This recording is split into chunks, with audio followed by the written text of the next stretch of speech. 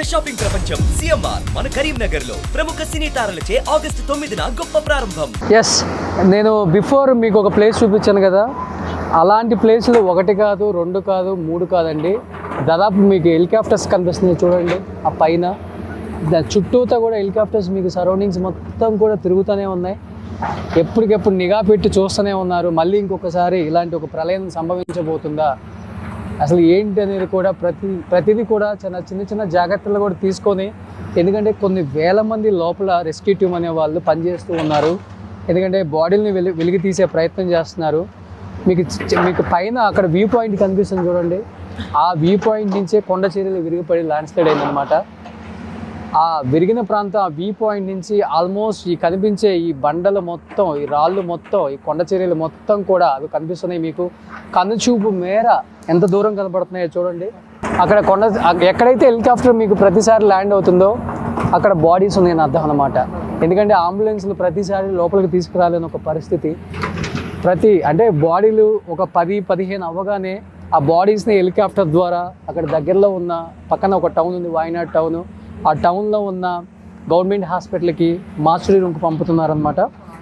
సరే, మీకు లోపలికి వస్తే అర్థమవుతుంది. ఇంకా ఇక్కడ అంటే ఎన్ని ఇళ్ళు కూలిపోయాయి ఇక్కడ మీకు అర్థమవుతుంది క్లియర్గా చూస్తే. కార్లు కూడా కొట్టకొచ్చాయి. కారు పార్ట్స్ మీకు ఇక్కడ కనబడుతున్నాయి చూడండి. అంటే మనుషులు మాత్రమే కాదు, అంటే చాలామంది చెప్పారు, నేను కూడా కొన్ని చూశాను. మొండాలు ఒక చోట ఉన్నాయి, తలలో ఒక చోట ఉన్నాయి, బాడీ ఒక చోట ఉంది, కాళ్ళు ఒక చోట ఉంది, చేతులు ఒక చోట ఉన్నాయి. అలానే కార్లు కూడా మీకు కనబడుతుంది. కార్ అక్కడ కంప్లీట్గా కారు చూడండి. అక్కడేమో బ్యాక్ పార్ట్ ఉంది, ఇక్కడేమో ఫ్రంట్ పార్ట్ ఉంది. టైర్లతో సహా మొత్తం ఎక్కడికెక్కడికి ఊడి మొత్తం వచ్చేస్తున్నాయి. మీకు అన్ని చోట్ల ఇదే విధంగా ఉంది. కార్ల పరిస్థితి, మనుషుల పరిస్థితి, మూగజీవాల పరిస్థితి. ఒకసారి చూడండి మొత్తం ఎంత లోతున ఊరు లోపల మట్టి లోపల పాతుకుపోయిందో, కూరుకుపోయిందో, ఎన్ని ఇల్లులు కింద ఉన్నాయో మనకు అర్థమవుతుంది క్లియర్గా. ఆ కనిపించే ప్రాంతం నుంచి మొత్తం కూడా ఒక నదిలాగా ప్రవహించి, అంటే మనం వాటర్ ఫాల్స్ని ఎంతగా ఎంజాయ్ చేస్తాం, ప్రతి చోటకి వెళ్ళినప్పుడు వాటర్ ఫాల్స్లో మనం స్నానం చేయటం, అంటే వాటర్ ఫాల్స్ని అంతగా ఎంజాయ్ చేస్తాం. అలాంటి వాటర్ ఫాల్స్ అండ్ అలాంటి ఒక కొండ చర్యలు విరిగి పడితే ఆ ప్రళయం ఏ విధంగా ఉంటుందో కళ్ళతో చూస్తే అర్థమవుతుంది. ఎప్పుడు కూడా మనం దాదాపు ఇన్ని సంవత్సరాలు ఎప్పుడు చూడలేదు. 2019లో కేరళలో ఫ్లడ్స్ వచ్చాయి కూడా. ఆ ఫ్లడ్స్ వచ్చినప్పుడు కూడా దాదాపు 120 మంది 130 మంది మాత్రమే చనిపోయారు. ఆ ఫ్లడ్స్ వల్ల చనిపోయారు.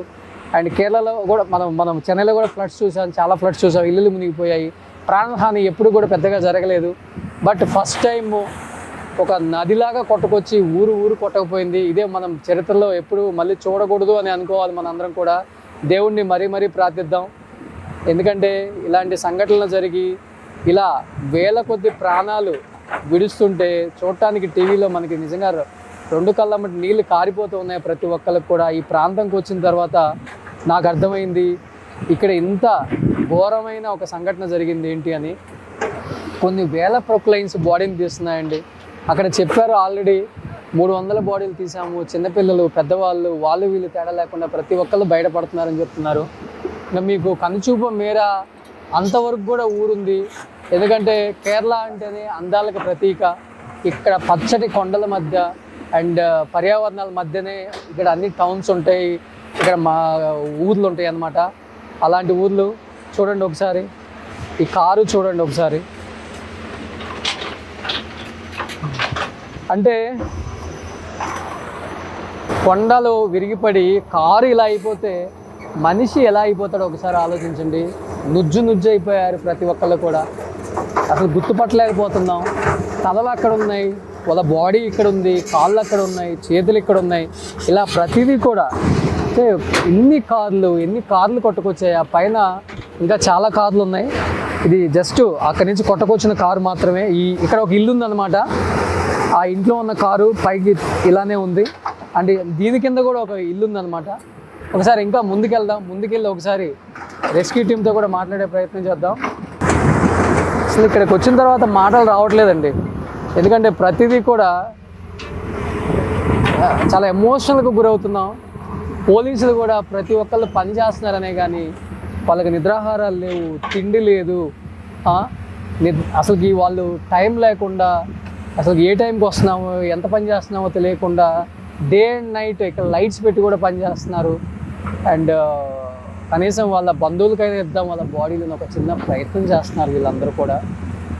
చూస్తున్నాం మనం, అంటే బాడీలను మనం ప్రత్యక్షంగా చూపించకూడదు కాబట్టి కెమెరాలో మనకు అర్థమవుతుంది. ఒక్కొక్క ప్రొక్లైన్ తీసినప్పుడు ఒక్కొక్క బాడీ లేచి వస్తుంది అసలుకి. కొన్ని అయితే తలలు మాత్రమే వస్తున్నాయి, కొన్ని బాడీలు వస్తున్నాయి, చిన్న చిన్న పిల్లలు వస్తున్నారు. మన కళ్ళతో చూడలేని ఒక సంఘటన ఇది అని చెప్పుకోవచ్చు. నిజంగా మన కళ్ళ ముందు ఇన్ని బాడీలు, వెరీ సాడ్.